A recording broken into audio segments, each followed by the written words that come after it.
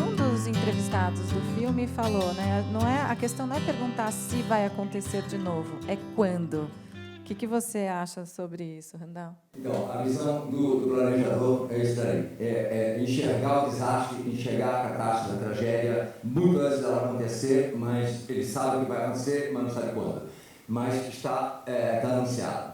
Então, quando nós chamamos de emergência complexa, foi o livro que eu acabei redigindo, foi em função de que, na medida em que a barragem rompeu, nós estávamos falando da questão do foco, em que as pessoas depois perdem o foco. Naquele dia, no dia 5 de novembro, o foco estava no Bataclan. A boate Bataclan tinha sido atingida por um ataque terrorista em Paris, e a notícia do Brasil só aconteceu depois que o foco saiu de lá. Ela aconteceu junto, só que só voltou para o Brasil o tamanho dessa catástrofe quando a hegemonia francesa saiu do foco dos holofotes da mídia. E a mídia internacional acabou ligando para mim, uma vez que souberam, não sei como, que eu tinha feito o plano. E por que o plano tinha sido colocado? Então, como é que chama esse plano?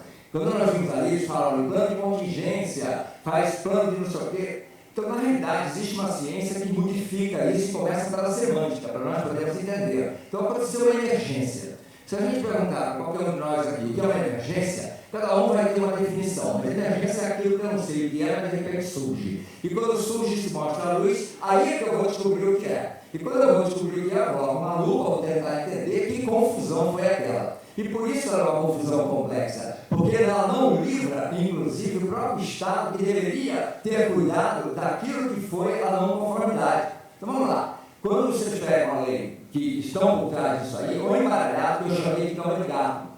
Porque quanto mais você tenta entender a lei que rege e que a mineradora tem que cumprir, mais vai ficar complicado. Aí vai passar pela Agência Nacional de Água, vai passar pelos recursos hídricos, vai passar pelo DNPM, e aí você fica doido, não consegue entender aquela lei. E é isso que eu coloquei no livro. Se quem tiver acesso ao livro e tentar interpretar o que acontece com a lei, vai perceber que tem uma lei que determina que todo tipo de prevenção, precaução que tem que ser em relação à barragem pertence à defesa civil.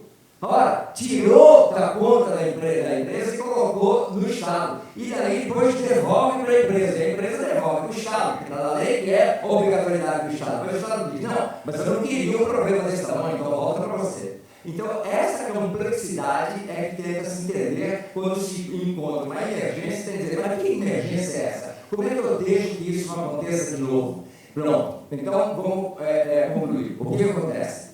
Não pode ser o Estado. Não pode ser a mineradora, tem que ser a sociedade civil organizada. Daí o motivo pelo qual o nosso encontro aqui é tão importante. Porque você coloca uma luz do futuro de que se nós decidirmos a entender que foi emergência e começarmos a pensar que uma organização sem estar conectada nem com a cumplicidade do Estado, nem com a cumplicidade econômica da mineradora, com o mercado mundial, e trabalharmos isso sobre a ótica da sociedade brasileira, e termos, como eu faço uma comparação com o avião, né? O avião tem uma organização internacional que ela cuida disso, que é uma organização que não está comprometida com ninguém, que emite os relatórios para dizer, ó, o erro foi esse, naquelas complexidades que acontecem. E com isso que começa a tornar mais seguro. Portanto, um dos meios de transporte mais seguro é a aviação. E nós temos que transformar a mineradora, que é uma necessidade brasileira, ela não pode ser tão proscrita assim, porque está na mão de uma total irresponsabilidade. E assim como no tráfico de drogas, você pode matar todo mundo que foi responsável. Aparece sempre alguém que ocupa o espaço. Então, esse é o grande problema. Você pode pegar todos esses responsáveis, e não é que vamos prendê-los, responsabilizar, vamos eliminá-los, vamos usar de radicalismo. Não demora muito tempo, está tudo ocupado de novo. Então, se nós não tivermos um sentido de nação que vai cuidar daquilo, nós vamos estar sempre enxugando gelo e encaixotando fumaça. E a gente precisava parar de ser o país do jeitinho, né? Dá um jeitinho ali de qualquer maneira, entre os amigos, que está tudo resolvido.